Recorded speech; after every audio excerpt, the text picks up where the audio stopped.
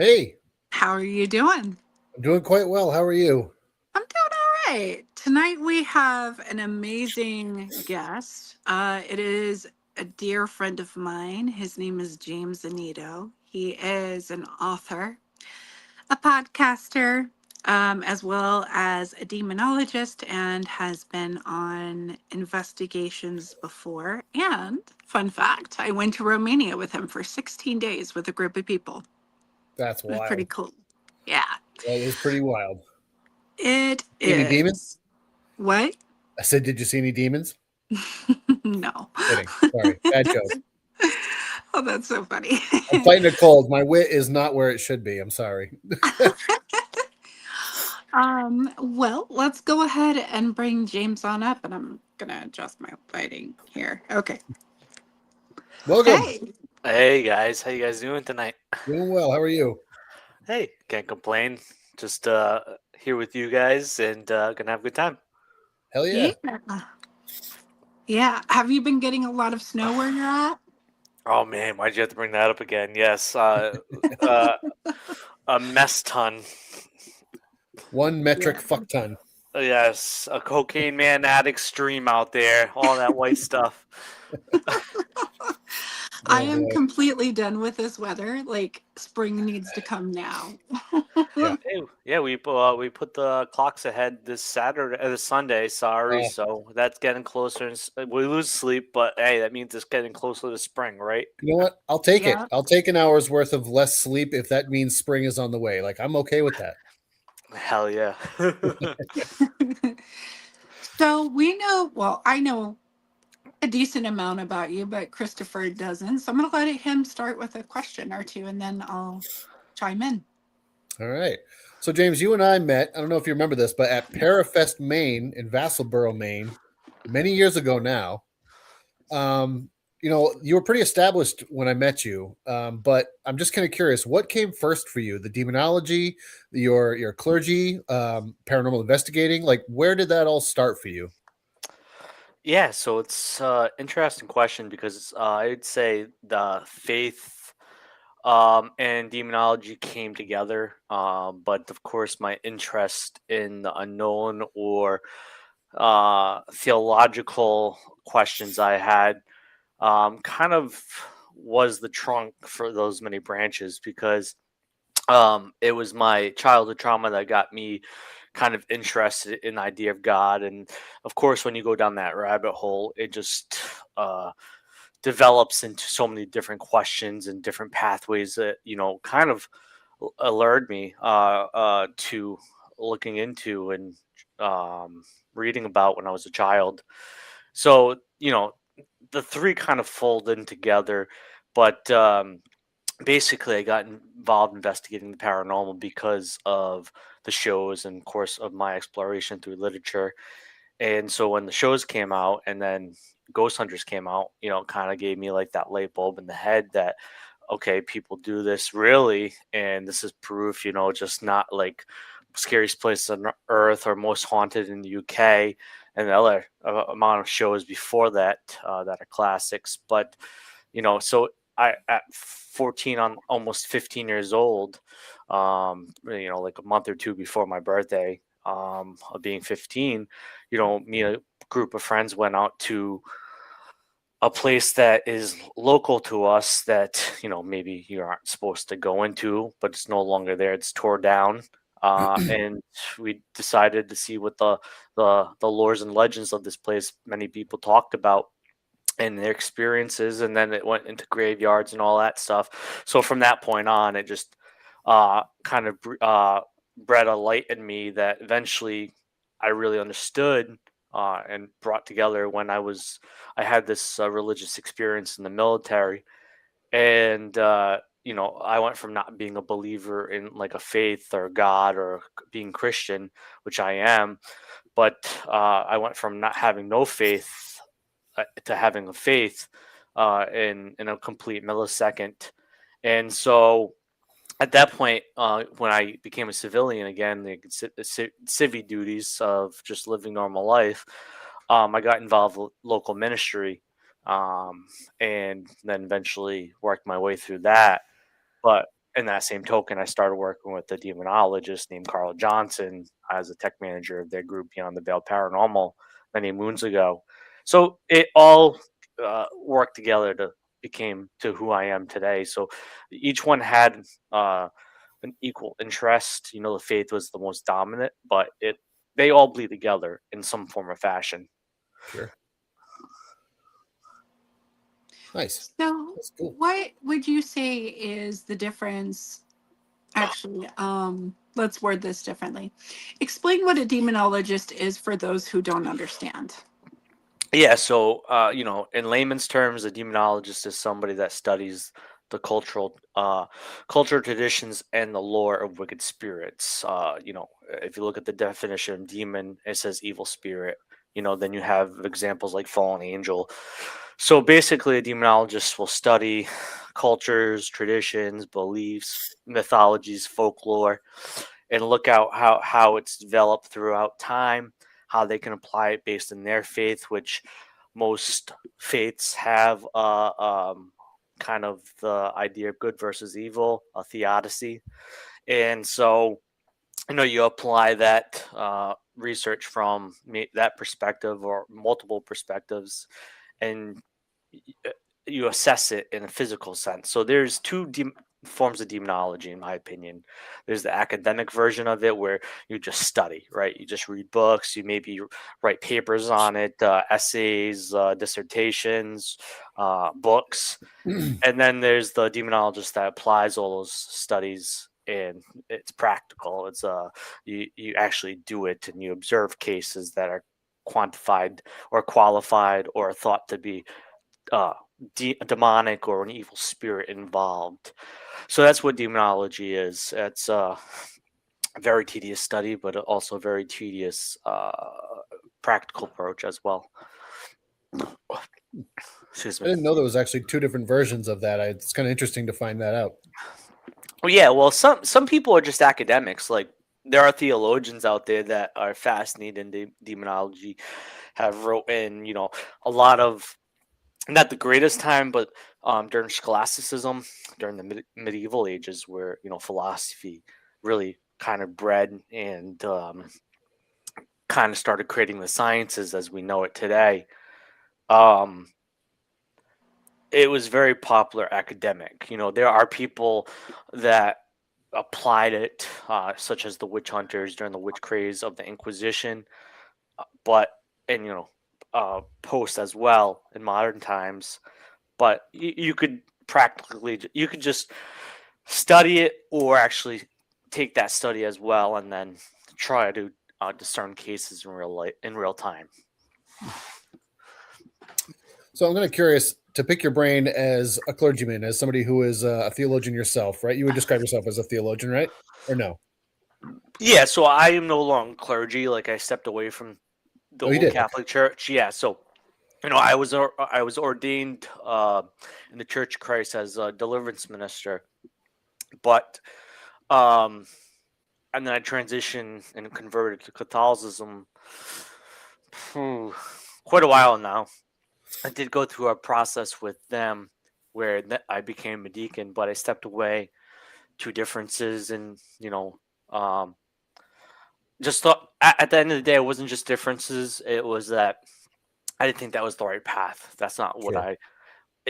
the what I learned in the formation of it um, it taught me a lot.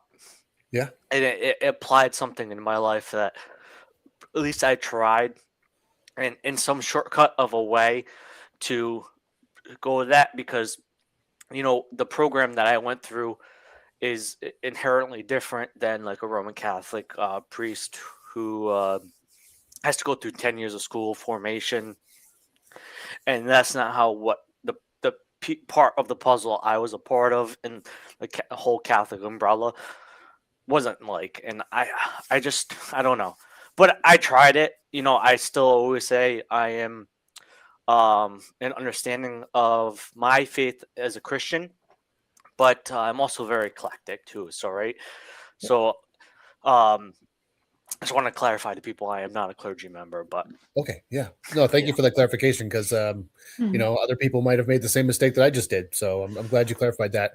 I can definitely relate on that level. I have the title of independent spiritualist minister, but I have absolutely stepped away from the church kind of setting just because that's, like you said, it's not really the path that I want to go down. I still value and appreciate everything that was taught to me and the values that are there, but I can relate on that level. But I do have a question as a man who, you said you're a Christian man, right? I am. Yep. Okay, so on that level, I have a question. Yep. In the Bible, it talks about how, there's some people that believe that mediums are discounted in the Bible, but also in the Bible, there's the story of Saul and Solomon, right? They seek a medium, right? So my understanding is that as long as you don't take a medium's word over the word of God, it's okay. Is that correct? Well, I think it's, to not get into biblical scripture too much. I'm sorry, it might have been a loaded question. No, it is a loaded question, but it's also a hot subject too because there's different interpretations, translations, Sure. how people look at certain verses. What's the context before and what's the context after? Like one thing So I on a see very about base level, yeah, what I will say on my self opinion because I got Right. to speak for myself before I unravel a bunch of worms.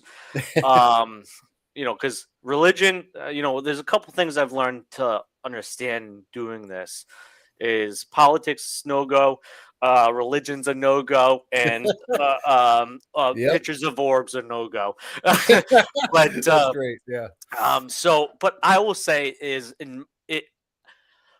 I'm a believe it to kind of see it to kind of guy. Like any medium that I've ever worked with involved in cases, I've rigorously tested on normal situations, on easier cases that might not be that sense of evil. And I've been astonished by a handful of people, not many. Like you two, I know Raven, I know you, Chris, I know you guys have your abilities and I respect them. I've seen Raven work. I've seen in some way passing of experiences and other people know how you work, Chris. And I say that very, very with a very big thumbs up for both of you. But so I test the mediums I work with, and unfortunately, as we know, I believe everybody to, or even as you guys know, I believe that everybody to have an ability to some extent. It just sometimes it's more adapted. Some people are more keen in certain senses, so I can't discount that everybody has it. I think some people over enamor it, overutilize it, or even lie about what the capabilities are, even though they might have minimalistics of it. So I'm very cautious on who I bring with my cases. So I do use mediums, and that's what I can speak for. But once again, I think you made a powerful statement where I can agree with is yes, you can get the word from a medium, and this is what the medium's feeling is, but it's never oversteps God's word, right? And I think that's where I think in some ability that people do take the word of a medium over God a lot of the times. Because a lot of the times it's grief, right? It's pain, it's trauma, and so people get wrapped up in confusion of what ladder it should be, right? Never discount the medium because that message is maybe what you need, but also, if God gives you a message, which one are you going to relate to more? And that's where I would, God's everything, right? And so I'm not trying to be preachy here for your listeners, but that's what my perspective of it is. But I work with mediums, not to over stimulate on this specific question, but I think it's an important piece of the puzzle when you're doing these cases and how it can validate the data you collected, the observations you might have had with just your physical eye or in your physical ears. That's a beautiful answer, man. I think that was really, really a great answer. And it's funny. I was recently talking to somebody that told me, they said, look, talk to 5 different mediums. And if all 5 of them say the exact same thing, then that's more or less the higher power coming through and giving you a sign that that's the path you're on. You know what I mean? Just a fascinating kind of thing. I totally get it. I'm going to do something weird in a sec because I'm super cool. I'm going to put a sweatshirt on. Give me a second. You guys got 1,000 pounds of snow, so I don't blame you. I mean, I gotta say, like, as James is putting a sweater on, I mean, it makes sense, to I can hear you now.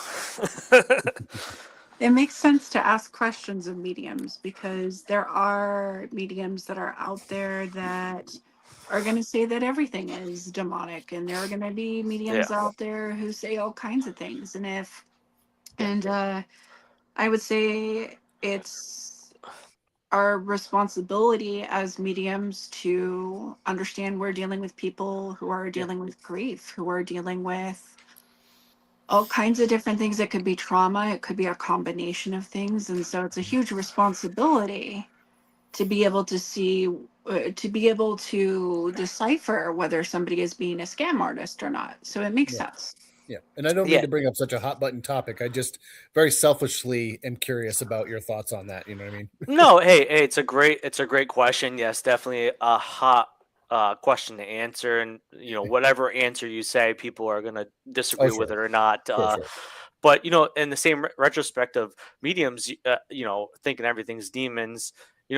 I've met demonologists, and I ain't gonna call or shoot fire at. I respect them immensely, and they have knowledge, and you have to respect that because they experienced it. But I know demonologists that might think everything's a demon that they come Mm. across, but there's also people that have been in the field of demonology that have taken advantage of people as well. So it's everywhere. It's not just Mhm. mediums and psychics, and Sure. it's demonology, paranormal investigators, how doctors, electricians, freaking the list can go on and on of people that um uh Musicians, I mean, Jesus yeah. Christ. Yeah, true. So it's everybody. So we can't just pinpoint it to one sector of humanity, right? Because that's Very not true. right. But you definitely anybody you have to use, you have to test them. So at the end of the day, it's like I do that because I don't want to disregard anybody, but I also need to know if they're capable of being not biased when they're going in. And every medium that ever worked on a case didn't know where they were going. I picked them up and we're going here, so they couldn't learn the history beforehand, and believe that their abilities are working. I'm rigorous when it comes to it, especially when it's true cases. Nothing known about the client. You go in there.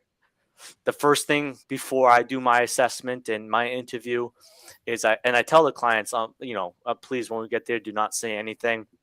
And I let this person go through, and of course, I have them write notebooks of their visions or what they are beliefs talking to them, or what resonance they get in the environment that they can pick up. And I let her write it down, and I read it, and before I blurt anything out, I remember my case file with all the questions and where the hot spots are, and I look at, okay, the bedroom. Okay, they complain about the bedroom being scratched, this, that. They had feelings of assault in the bedroom, or even an upstate, a weird place. Most people would not think, like a garage or the bathroom, right? Um, so like I cross reference, and you know there's in that sense there's no way to really fit that, because how are you going to fit that? And there's I worked with this lady Mandy for a long time, and man, she was the craziest person ever, and I think most most people in this field are crazy, including myself. But she was the craziest person, biggest sweetheart, but man, she blew me away. And the things that she did really kind of made me believe people could do what people claim. Cool. Yeah. Out of curiosity, James, in the different cases or places that you've been to, where have you noticed that you've had to use the knowledge that you have studied when it comes to demonology in those locations? A lot of them, because a lot of them have a lore of an evil spirit, be they a demon. It's the newer thing that everything's a demon at these places, as a form of a attraction for the thrill seekers that for some reason want to believe they want to experience a true demonic entity. But most places, I've always had to use my experience, because somebody might get scratched, and they're like, "Oh my God, it's evil spirit." And then you have to kind of break it to them. Well, it depends on what context the scratches were. Like, were you asking questions, and maybe that they couldn't verbalize through your communicative equipment. Maybe so a scratch was their means of getting your attention, saying, "I'm here." Or did you hear a scream, and did you think it was evil because it was a scream and it horrified you and it made you intense? So you jump to the worst case scenario. So a lot of the places that I've investigated, either publicly, privately, I've had to kick it in. And plus, to apply demonology, I really think that you have to be a very avid investigator, but researcher, and as well an interviewer, because and those are all applied applications of what you do just in the normal paranormal investigation, beside maybe the interview, unless you want to interview the the tour guide of the facility or something, and get their experiences and see if you can match them to maybe the experiences that you have throughout the night. But yeah, demonology is multifaceted, but I think it applies throughout across the board in any avenue of the paranormal. Now, you've written 2 books. Can you tell us a little bit about the books that you've created? Yeah, so one right here. Oh my God, I hate this little fuzzy thing. Let me just take it off for a second. Sorry, guys. No worries. I have like a Oh, that's why when I came back in. I have a kind of a messy room right now. I have the psychological dimensions of the paranormal. The reason I wrote that first book is because I have an equal love of psychology. If you remember the hint of the story at the beginning of where I said I had childhood trauma, so psychology has always been fascinating to me, and the development of social science, because of what I went through. Why would somebody do what they did to me? So psychology has been equal love, and there are. And for people that don't know, I have my bachelor's in psychology. Currently, working on my master's, which has been a feat with my busy life. But so I wrote the book because initially it was to be my dissertation paper, right? I'm currently doing research through SNHU, which I've kind of faltered on lately because of how busy I've been. But I have a real study going on. It's not at the population pool that I deem necessary, and not also balanced in gender. So, it's kind of on standstill until I can figure out a better way to get that out. But initially, the book was to be my dissertation paper, which it still could be in some regards of how I wrote it. Um, and I wanted to um, include that data and have it as a book for people that were fascinated in the realms of psychology and the paranormal, because in psychology you have parapsychology, which some people are respected, and sometimes it's also been kind of become a circus itself. But you have that, and you also have anomalous psychology, which is Chris French. Parapsychology looks at the paranormal in that circumstance, while anomalous psychology looks at the natural out of that occurrence. Why did that occurrence happen? And what was the natural explanation to it? So in those categories of psychology, you have books on it. There are research papers, but it's not approachable to the average reader. And most people in the paranormal field don't actually have any correlation of knowledge that those exist in those form of fashions, unless they really deep dive and want to read those books. And sometimes they're large tomes, sometimes they're kind of methodology based research papers, and they aren't the best reads ever if you're not into that stuff. So I wrote a book that was accessible towards that avenue, where it's accessible to the average reader, short enough to digest in maybe a couple sittings. And I wanted to get my love out on it. And also, really, too, when I was in my hiatus, where I disappeared for 8 months, which is natural for me, I go into hibernation for self-reflection and accomplishing things in my personal strides.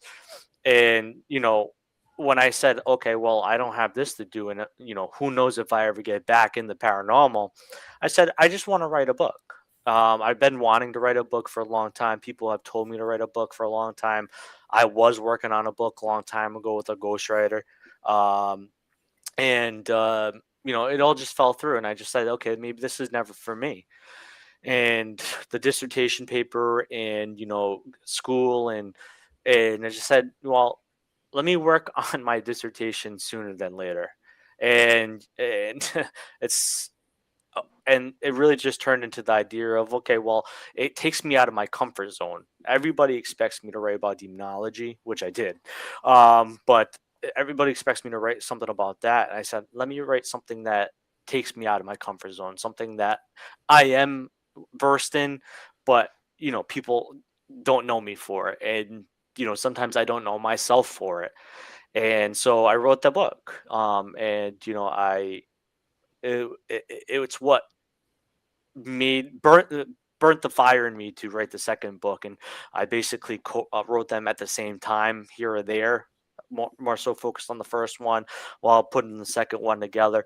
And so the first one came out on Halloween, while the second one, which is right here, The History of Demonology, will come out Good Friday, April 3rd. And the whole point of it releasing on April 3rd, which is Good Friday, is because that's when Jesus died. And the high, not to get in a hyperbole here, uh, uh, but Jesus resurrected in, of course, biblical scripture and through testimonies. But I thought it was a day of remembrance of when I kind of died and had to find myself, and resurrected through these books and gave me that fire again, and gave me that will to keep going and get better and do the right things. And so that's why I want to release it on Good Friday, because it has a sentiment to it that it's my it's me rising. I'm not saying my books are similar to Jesus at all, because that's definitely not the case, but it means a lot to me. And I definitely am interested. I anticipate people getting the second book. It's not going to be what they expect, but it's what I felt like needed to be out there. Very cool. I'm happy and I'm proud of you for coming back, my friend. It's good to have you. Thank you. Curious about a psychological question now that we're on the subject of psychology, because it's definitely a subject I'm interested in as well. Yeah. Kind of ties into a little bit of demonology as well. But, again, I can only speak from what I know in my experience, right? But I'm curious to pick your brain about, in my opinion, it takes somebody maybe, and you can correct me if I'm wrong, that is more weak of mind to be truly possessed by a demonic entity. If you're a stronger mind, then maybe you wouldn't. Now, is that true or false in your opinion? Would a Mostly true. strong-minded person be still possessed by a demonic entity? Yes, for sure. Okay, so I'm trying to think of how I would want to word this. I suppose then what is really going on when somebody is truly possessed? If it's not the psychology of somebody, it's not truly how strong or weak their mind is. What is really going on in that moment? Well, so I say mostly true in the sense that it is mostly the people that are have a tarnished mind, maybe mental health issues, addiction. Those people tend to be targeted more, but there have been cases where people of faith have been targeted by demons, oppressed, Mhm. maybe slightly controlled by them. But it's a rare occurrence compared to the fact that people of Mm. certain mindset or certain background might be targeted more so than other people. But one of the things that I talk about that kind of give data and some credence to that statement is that all my cases that I would quantify as demonic, trauma was one of the base roots of why it was occurring, and why Mhm. maybe that it entered in their life, why it targeted that certain person, because of that trauma. And it's still relished in their life, right? They might have put it in the back of their mind, but it was still there. They never overcame that and healed. So that was the chink in their armor. And that is the process that I have seen and noticed in my time of doing this. Is there was a correlation between to each every single one of those was the trauma. What level of trauma? Those were different, of course, but it was still trauma that kind of was a segue to a lot of it transpiring, and how it got there. That's the known debate. People could have said that it was this, and that. Sometimes those conclusions are never founded. You just kind of find cause and effect to the situation, and then you can't observe and analyze that over and over again, because the best thing you need to do is deliverance or exorcism, to try to relieve that person of that. But in most cases that I have seen, like I said, trauma was prevalent. Well, thank you for that clarification. I'm like I said, I don't mean to sound ignorant when I ask those questions. It's just because I literally don't know. No, it's a great question, and I think a lot of people have a misconception on Sure. demons and being possessed, and items and stuff like that. So it doesn't hurt to talk about it, because it's a true misconception. Right. I think another misconception might be that, or maybe not a misconception, but I'm just kind of leads me to a different question too. Like, demons are seen, like, especially in like, religious backgrounds. I mean, you hear about demons, angels, you think religion, right? At least I do. Yeah. Are demons controlled by what, for lack of a better phrase, Satan or a higher power to them? You know what I mean? Or are they their own thing? So, history of demonology kind of talks about that. It's kind of walks the line like the first book, where it kind of gives you why people might assert demons into their civilization, or angels or gods, and it also states the opposite of why this is it. And so it's really hard to kind of say what a demon is, beside the non-corporeal, which means they would never living beings in the sense of Sure. humans, Mhm. physical. So it's really hard to pinpoint what they are. If they fell with Satan, or Hasatan in Israel, the accuser. Um, you know, a lot of, especially monotheistic belief systems, have a very similar story. The three are, of course, the Abrahamic religions, Right. Judaism, Christianity, Israel, all have very similar stories, but different stories as well. Early Jewish belief, folklore didn't have that good versus evil kind of mantra until like the Second Temple period. But but even polytheistic viewpoints too, of mythology and stuff like that, technically it also had a very similar good versus evil uh, point of view as well. So you know once again, the idea of an evil spirit, a demon, has been around in human civilization for 10,000 plus years, since the cradle of civilization, which is known as, Mesopotamia, Acadia, and all that stuff, that area. And they had Lamashtu, Pazuzu, and all that stuff, but they played a Lamashtu was evil, but Pazuzu played, known as the demon, played a duality role. Like, he was good and protected from Lamashtu, killing babies, but he also was the god of pestilence and famine. So, like, it was a little bit different back then, but there was still a battle, right? And Mhm. that has transcended to now, 2026. So it's really hard to say where it actually happened from. Like, Bible will say that, and as a good Christian, I should say, yeah. But as well, have to understand prior history and prior observation and development of religion. But one thing, like I said, demons are evil spirits. I do believe evil spirits exist. Where they come from, you can get into string theory, maybe they're another dimension, some quantum physics right there. But there's many different interpretations you can say of where they possibly came from. Now, there is a question that came up there, and of course, I have my opinions on this. But Mm. Melissa is asking if you believe that humans can become demons. Um, Once again, Mhm. the definition of demon is evil spirit. You can be an evil person, die, and technically then you're a spirit, right? And then you're evil. So in reality, you are an evil spirit, which could be considered demonic. But in the stanza that most people use it in the sense is, like I said, a non corporeal thing that never once lived.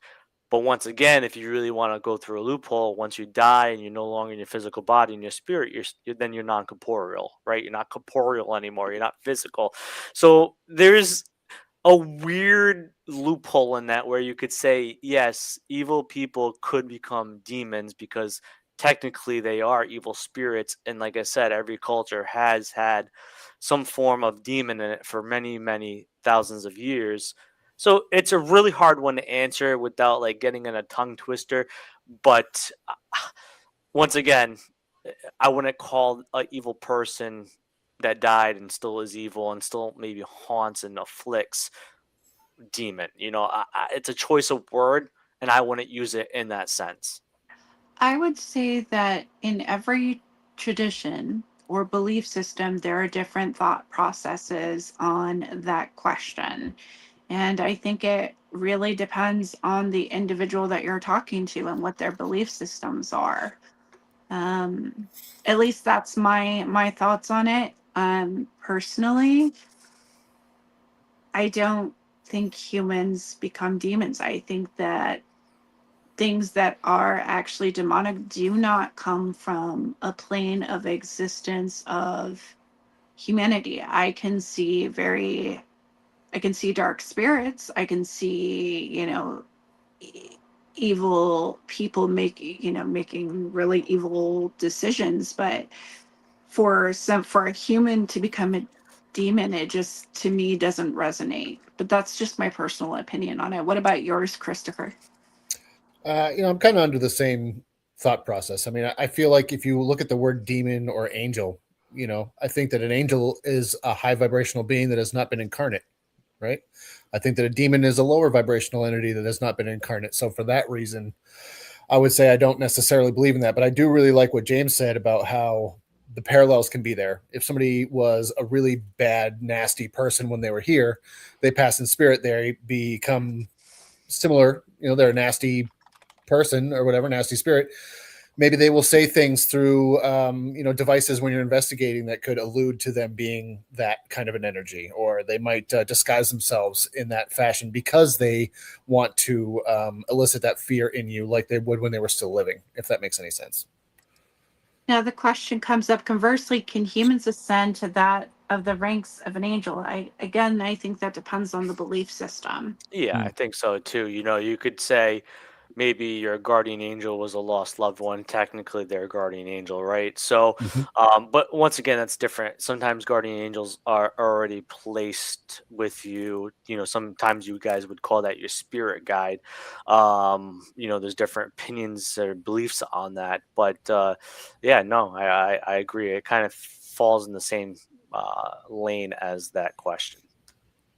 Nancy's got a good question too here. Yeah. She's asking, have you ever run into a spirit that tried to represent itself as a demon, like a demon wannabe, if you will? All the time, yeah. Mm. One thing that I hate that we forget is when we talk about spirits, unless it's residual, they're likely intelligent. Um, and so there are people, if I died and somehow I regained my consciousness and I am the person that I am, I'm going to be the first dude that's going to my friend's house and pulling all the toilet paper everywhere. Like they're you got to remember that if spirits are intelligent, um, then yes, they can also puff their chest and believe they're bigger and badder and misrepresent themselves, right? One thing I tell people on investigations, I hear it all the time. Well, we got these demons named Beelzebub, Asmodeus.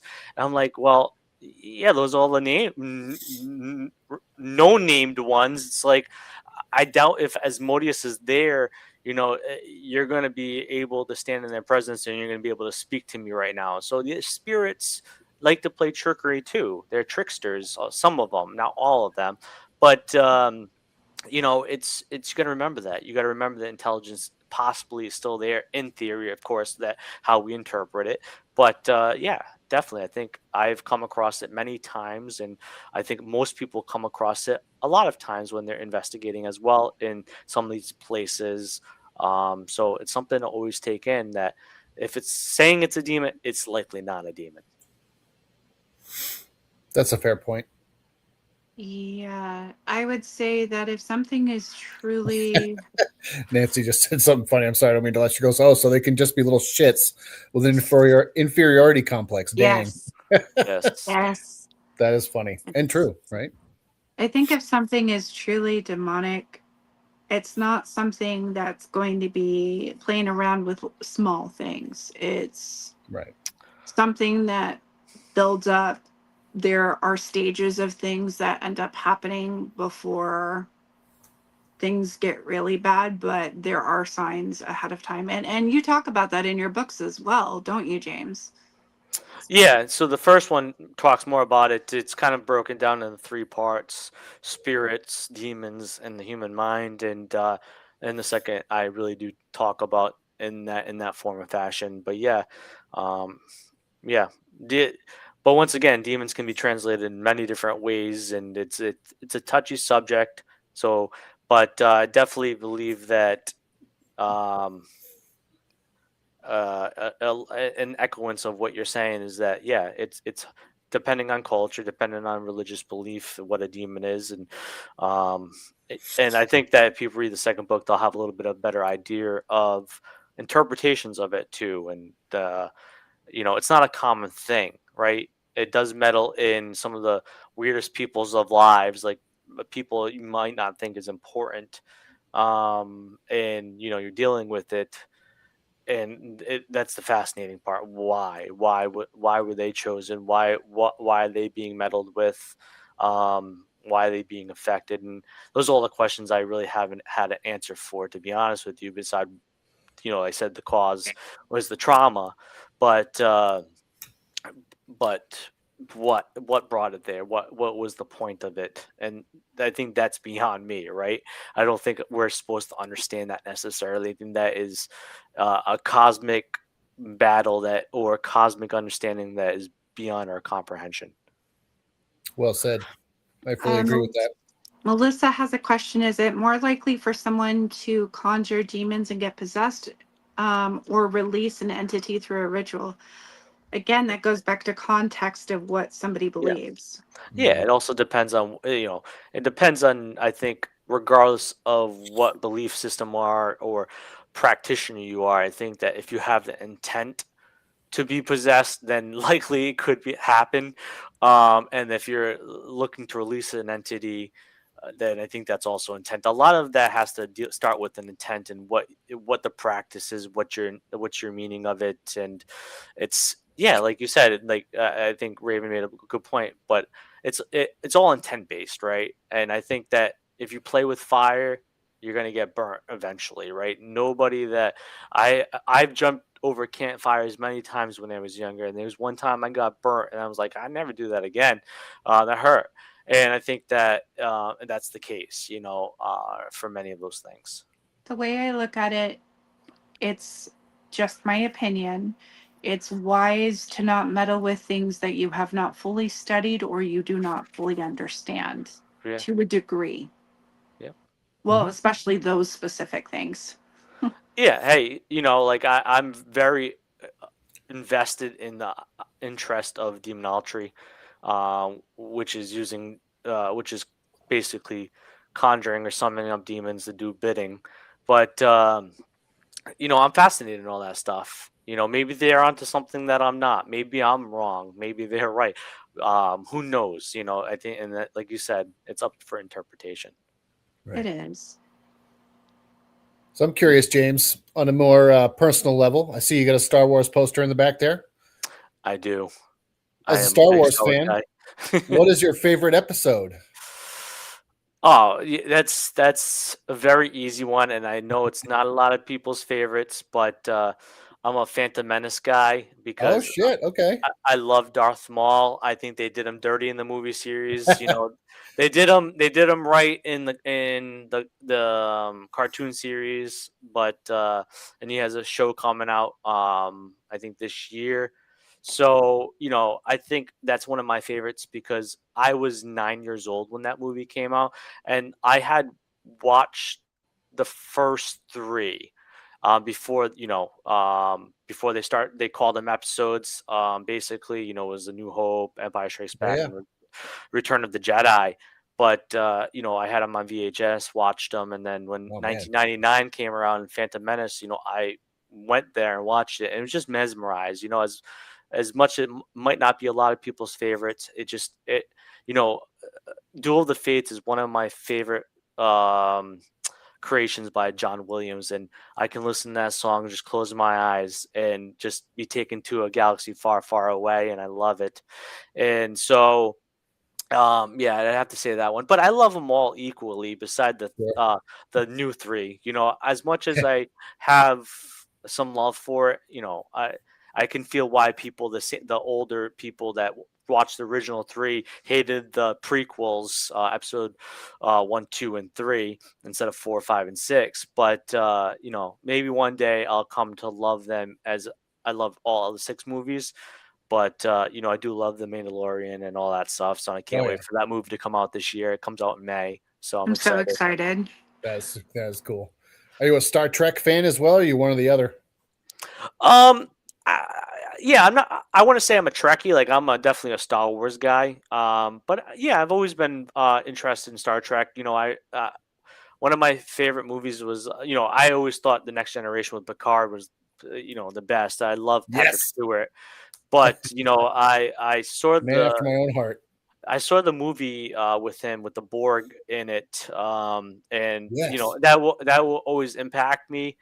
But I have to catch up on a lot of it. Like I heard Starfleet Academy is good. I heard Picard. I watched the first season of Picard, didn't continue. But yeah, I'm a Star Trek guy. Just I think that I'm more of a Star Wars guy, as you can tell in the Yeah. back. I'm kind of a James, mix with both, but I had to ask. I actually got you a Darth Maul. Have you seen those Funko soda pops that have like the figurines inside of them that they're no No. longer? Oh my gosh. Okay. I'm not going to show you until I come and see you where you come out here. But they're sodas that have figurines inside of them, and I got you one specifically with Darth Maul. Oh, that's So awesome. yeah, That's awesome. I love it. yeah. Thank you so much. Yeah, yeah. I've got some crazy Funko Pops. In fact, I just got one with Boba Fett a couple days ago. So yeah. If you're a fan of the OG Star Trek, there's one movie that I could recommend if you haven't seen it. It's called The Search for Spock. It's very I've seen it. underrated. Yeah. Oh, dude. I rewatched that not too long ago, and I was like, this movie is fucking amazing. Like, Good. why have I slept on this for so long? I love Leonard Nimoy. Yeah. He had his own paranormal show too, called In Search of. That's right. That's right. That was a great show. I love Leonard Nimoy. Yeah, he's the man, the myth, legend. That's right. That's right. Sorry, I didn't mean to take a step back on stuff, but I just had to ask. I saw the poster. I was like, oh man, he gets me. I wish more people talked about Star Wars because that's also good versus evil. He took a lot of it from Buddhist beliefs, also Totally.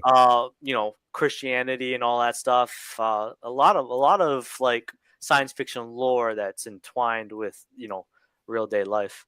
I talk about the Yoda when he talks about the force is in everything. It's in the trees, in the rocks.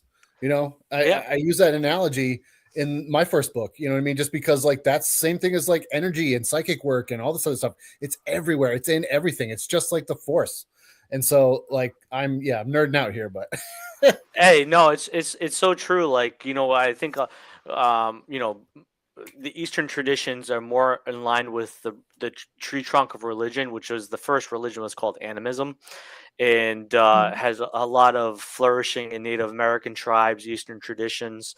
But the idea of everything living is that's what a lot of early civilization believed, and a lot of still cultures to this day still believe. So no, yeah, Yoda is the man for sure. Yeah. One last subject on Star Wars. Who shot first, Han or Greedo? Han, of course. That's 2 for 2 now. I'm going to keep going with this. Every Star Wars fan that's on the show, I'm asking that question. I got 2 for 2. James Cotter also said Han. Mm-hmm. Han's a badass. He would never let somebody shoot first. He'd shoot Hell first. no. Yeah, he's like, "Psst, you kidding Yeah. me? Yeah, that's awesome.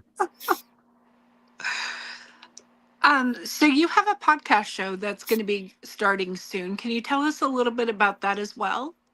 Yeah. So, Victoria J, the demon folklorist, she has a master's in folklore, and joins on the avenue of looking into folklore with a demon the demon topic. And so, I've been following her work for the past couple of years. She has a book out. I can't remember the name, so I'm not going to butcher it. But I was interested, and I thought she brought something different. And I always respect somebody that has academia, and so I reached out, and we just hit it off and became very close friends. And we talked about doing a podcast together where it wouldn't be traditional in the sense of like a weekly thing, but a monthly thing where each um, episode's a topic in the realm of demonology or demonic folklore. And so, it's called the Nine Gates podcast, which is a play off of the Nine Circles, which is Dante Alighieri, and famously known book or poem series. And so each month we're going to have a 2 to 3 hour episode. We're going to talk about a topic of demonology. The first topic is, of course, has to be introduction to demonology, and our special guest for that episode is John Zaffis. And each episode or topic won't necessarily always have a guest, but we will try to filter them in here or there in respect to a topic. But we also do believe, and this is outside of an ego thing, that Victoria and I have a lot to say. We're also disagree on a lot of things, so there will also be debate, conversation, discussion. So I think people would be fascinated just watching us go back and forth about specific topics as well. So yeah, it comes out 6/6/26. We had to. So I'm looking forward to that in June. It's the day before my birthday, so it'll be a great birthday present if it goes very well. If it doesn't, I'll cry miserably and then have a good drink the next day.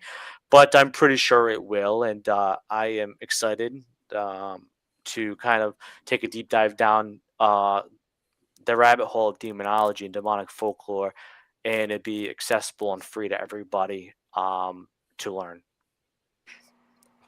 Awesome. Han Solo, Han Solo, hands down.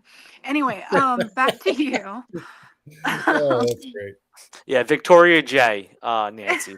Victoria J, Jaye is her last name, if you're interested in looking her up. That's awesome. Yeah. And we'll make sure to share the information to us so we can show support and get your podcast show out to our viewers as well. We would really like to do that. But yeah, Chris, do you have any other questions? I have a million always. Oh, wait, Absolutely. really Go ahead. quickly, what is one of your favorite paranormal locations that you've investigated and why? Hmm. In America, Waverly Hills Sanatorium. Oh, nice. The reason I would say that is I've had more success at USS Salem. I would say that would be my top one. But as cool it is as to investigate on a battleship, and Don D. Cristofaro is one of my good friends and amazing dude and great crew that runs that ship. But I'd say I have to say Waverly Hills because just the idea of the tuberculosis. I can't even fucking speak tonight. But TB outbreak, and it's of how many people died there, the death tunnel, the idea of how I think still is, maybe I haven't been there in many years since the new owners and the redevelopment of it, but it was also outside to the element. So not only were you able to be inside, but you will also be able to be outside. So it helped uh, investigators get better without understanding the outside interference in recordings.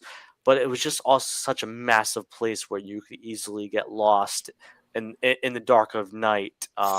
And just driving up to it, you go up this little long driveway, and then you kind of see this thing appear. It's pretty epic. But for that's the United States. If I had to say all time, though, um, would have to be Corvin's Castle in Romania. Um, it what a breathtaking castle, and so to say that we actually slept at a hotel on the hill over it and could oversee it. It was so cool, the historical value of it with Vlad the Impaler, and we did get some things that night as well. And I just think the beauty of it was probably the craziest location I've ever investigated in my life. But but once again, of course, those are just based on my opinion. But like I said, there are places that have gotten better evidence, and that I would love to go back to in the foreseeable future. I loved the view from the hotel that we were at. Like that was insane. Like you could just open up the window and you'd see like each of our bedroom windows and we would see the castle. So It was, yeah, that was a spiritual journey for sure. That trip. so for those of you that don't know, James and I went with a group to Romania and did paranormal investigating, learned a lot about the historical factors of the different places throughout Romania, and it was insane and wonderful and all of the things above. Sure was. Sure was. Yeah. Well, I got one more question for you. You get a lot of people, and most all of us generally investigate at night. Now, why do you believe that is significant? And do you think it's necessary?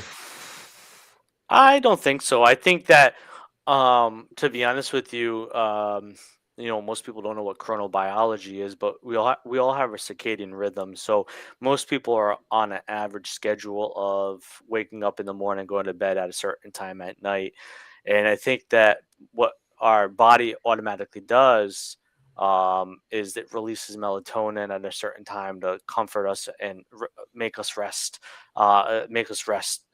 restful, to go to sleep and kind of lay down, and so that our circadian rhythm is averaged based upon our daily life. It can be changed, but I think that um, people have this idea of being spooked in the night, but I also think that it is maybe probable in the sense of being relaxed to maybe have more experiences as well. Because think about most mediums or monks, or religious people. They meditate, right? They pray to kind of enter that channel like state, or if they're channeling, of course, they go into meditative state to channel. So I think that we comfort ourselves at that time. So not only is it spooky at night, but I think there's also maybe that ability for us to be more attentive to what's there. But at the same time, like if I take somebody that works at night and sleeps during the morning, maybe they'll have different experiences, or go to bed in the morning, and maybe they'll have different experiences when their melatonin kicks in. But I think you can investigate throughout the entire day. Like when I do my cases, especially when it comes to residential cases, I do them during the day. Um, as I don't want to fight the night, it's, or putting the lights on, doing all this. There's a lot extras to it. So I try to do it during the day, early evening. But yeah, I think why we do it in a public setting or private setting with a bunch of friends, is because it's spooky. It really is. And plus, most likely we're working during the day or have something to do during the day as well. So it's easier at night to do it. Fair enough. So if you could meet one person in history, who would it be? Say that again. I was looking at Michael's post. He's being Yeah, these fucking comments silly. are killing me, dude. Oh my Yeah, I god. know. I'm trying to put it together. Uh, Because it's so funny. I'm waiting for Mike to have me on his show. A shameless plug right there. What's wrong with you, Mike? Just kidding. What I was going to ask is if you can meet one person in history and pick their brain a little bit, who would it be and why? Holy smokes. Um, it would have been pretty cool to meet Jesus, but let's throw that out the because I think that would take the mystique away. Oh, gosh, one person in history. Why is that such a hard question? It really is. Actually, I will say, I would, if I had to meet one person who's an OG paranormal investigator, um, I would have loved to meet Charles Dickens. No shit. Nice. That Yeah, makes sense. the OG right there. That makes sense. Yeah, no, a lot of people don't know he was part of the Ghost Club. In late 1800s, they did a lot of stuff over there. They were in simulation to Charles Babbage, which was the father of computers. They had a lot of brilliant minds and different techniques in that club. And then you also have the organization of psychical research over there, which I believe Arthur Conan Doyle was a part of, and other esteemed guests over in the UK. But yeah, definitely, probably Charles Dickens. That's a cool answer. choice. That was a very cool answer. Now, Chris, did you have a question? I suppose, I'm always curious about this too, as far as investigators go. Like, we all go into this with a very open mind and everything like that, but you ever come across a situation that just dropped your jaw and you were like, oh my God, I can't believe that just happened in front of my eyes. You know what I mean? Oof. And what was it? If it did happen, what was it? Yeah, so I've had oh shit moments, I like to say, in my time of doing this. I think one of them, and I talk about it frequently, so I'll keep it short and then I'll jump to another one. But frequently, I talk about the very first demonic case, because even though I was involved in ministry work and studying demonology, I truly never had came across one until that point. So it was like the things that happened in that case, like disformant of the face, um, and the eyes going black, and other aspects of that case that happened, seeing that was like, holy shoot. And it's like, you have to digest that for a second. And that was pretty gnarly. Another one would I'd have to be is this case that I don't know if it was infestation or something else, to be quite honest with you. But we were able to say prayers and relieve them of their episode or their paranormal haunting. But was it's one of the first few times I've ever seen, like, I've seen a bunch of scratches in person, on in on video, or on pictures, photography. And so we're sitting down with this client in Western Massachusetts, if not in the line of New York. And I have my medium with me. I have my buddy at the time, Tom, who worked for me, and then might have been one more person if I remember correctly. But I'm doing the interview, writing down, so I'm looking up and down at his eyes and recording what he's saying. And my guy, Tom, was looking at the guy to see, like, I told him to watch him and observe the surroundings, observe him, see if there's like anything that happens while I'm doing this, or while Mandy's doing her mediumship ability readings. And all of a sudden he like nudges me and says, James, and he points at his leg, and all of a sudden you start seeing these scratches on his leg appear, from like the ankle, and he's wearing shorts, so we could see it from the ankle almost up to the knee. And it was like that was manifesting right there, right then. And it was like it wasn't an after thing. It was like I saw it happening. And I was like, that was startling, because it's like a lot of these cases you don't see too much, right? You Right. maybe feel the environment, maybe it's sickly and oppressive, and but you might have like an item move, or like people's personalities changes. But to see a manifestation of like, of a scratch happening was pretty wild in the sense. I'll give a funny one. I was doing this case, I think it was East Providence or Providence, Rhode Island, with the group I worked with at that time called Nightbreed Paranormal, Joe Andrade and Paul Davis.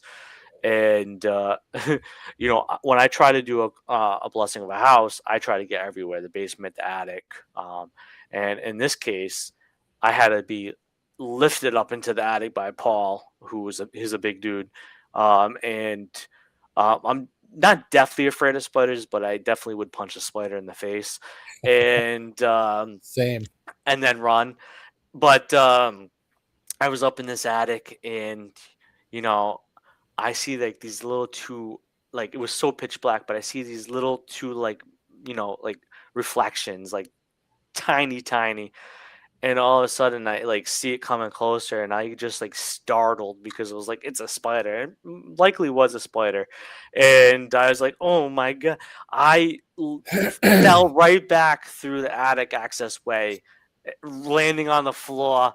Like I'm like, and I'm like, "Oh my god! Oh my god!" They were like, "What did you see? Is there something up there?" I was like, "There's a spider."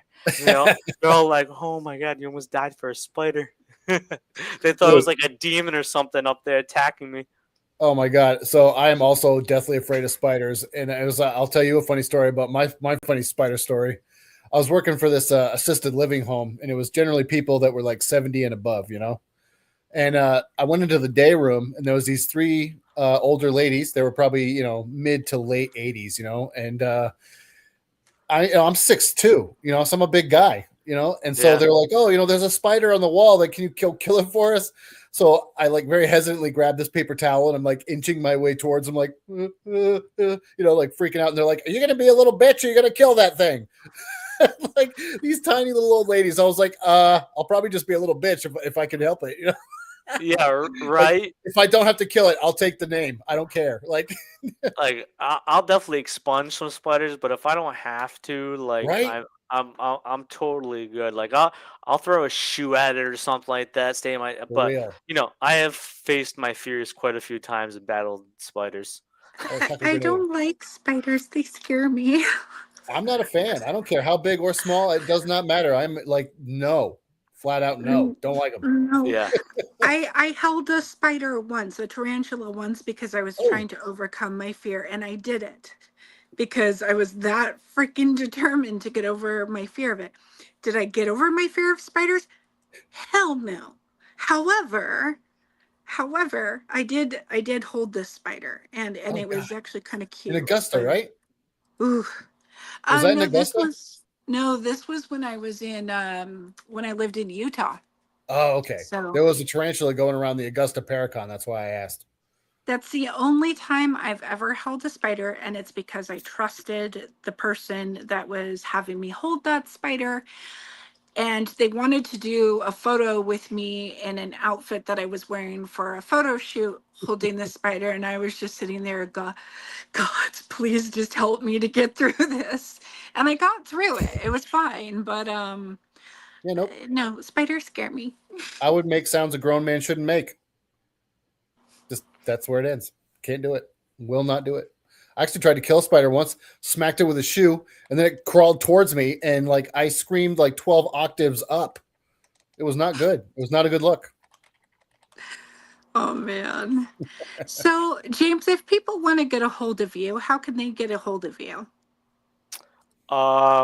Yellow pages. Those But still exist? yeah, no. You can find me on Facebook, my only social media platform, at James Annitto, which is of course. Oh wait, I always do that. It's this way right here, and Annitto, but it also could be spun into jamesannitto.com or demonology.org, which has links to all my platforms, mainly Facebook, and then of course YouTube for the podcast, and it also has links to one of my books. I got to update the other link for the pre-order of the Kindle version, which is up now. You can go to amazon.com, search James Annitto or the History of Demonology, and pre-order it on Kindle if you want to wait for the physical. Like I said, April 3rd. But yeah, those are the ways people can get in touch with me, find me, and be annoyed by me. I just want to put it out there that James is pretty awesome. I've known James now for a few years, and I still remember the first time I actually met you in Wickenburg, Arizona, when we were doing investigations and things happened in the church space. But even outside of that, I've been lucky enough to get to know you a little bit more, and Celine, and you're awesome. That's all. I appreciate it. Yeah, you've been to my house a couple of times, I believe now, or Yeah, maybe once or twice. I forget how many twice. times. But you've been awesome. I'm glad to see you in your new journey and your health journey. And no, I appreciate the kind words. Yep. Chris, I love you too. Right back at you, buddy. Oh, It's been awesome man. picking your brain and getting to know you a little bit better. And I, it's just like I said, I'm glad you're doing your thing and you're making a difference and you're trying to help people just with your knowledge and your support systems and everything you got going for you, man. I'm super happy for you. I appreciate it, Chris. Nice Absolutely. questions. All right, Gwen, Yeah, sorry would you to like to load on join some us? loaded ones for you. I had to make you work. No, you're good, man. I love it. Here Good comes show, Gwen. guys. Good show. Yes, she is. Yep. Yay. Yes, Mike. You are comic relief for any show you're on or messaging on. So just had to put that out there. Oh yeah, He's these so- comments were. I'm trying to like pay attention, but I'm sitting there like trying not to laugh as well. I'm like, oh Yeah. fuck. Me too. Yep. Like I don't want to sound rude. These comments were killing me. You guys are great. I love everybody chiming in. Everybody in the I do comments, too. you guys are rock stars. I love you all. It makes it fun. So yeah, great show. You guys just close it out, and I will drop James in the back in case you guys want to talk to him. And hey, Christy, yeah, and me and James will drop in the back, and you guys finish it up. Sounds All good. right. Well. Mm-hmm. That was a great episode. James. Yeah, that was a lot of fun. I always enjoy hanging out with him. So I seriously, I think that was the most I have actually talked to him since probably 2016, maybe. Like I said, the last time I really? saw him, I believe, and he can correct me if I'm wrong, and if I am wrong, I'm sorry, but I think it was at a Parafest many moons ago in Vassalboro, Maine. But yeah, it was great talking to James. Always a fascinating guy, very knowledgeable, and he's just a cool dude all around. I text him and bug him like I bug you. So Nice.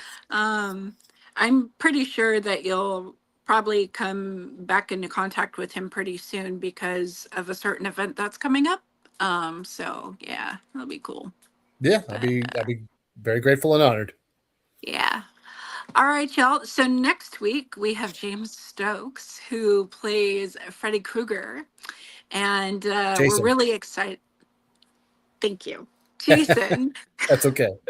He's awesome. Please don't kill me, James, for saying it wrong. But he's great. And then we have a lot of other amazing guests. One guest that's coming up, really excited about, but we're gonna wait till next week to announce that one. So yeah. You guys will have to sweat it out. Yeah. Anyway, with that being said, have a great night, everyone. Thanks for tuning in. See you next week, 9:30 p.m. Eastern. Bye. Peace out, guys.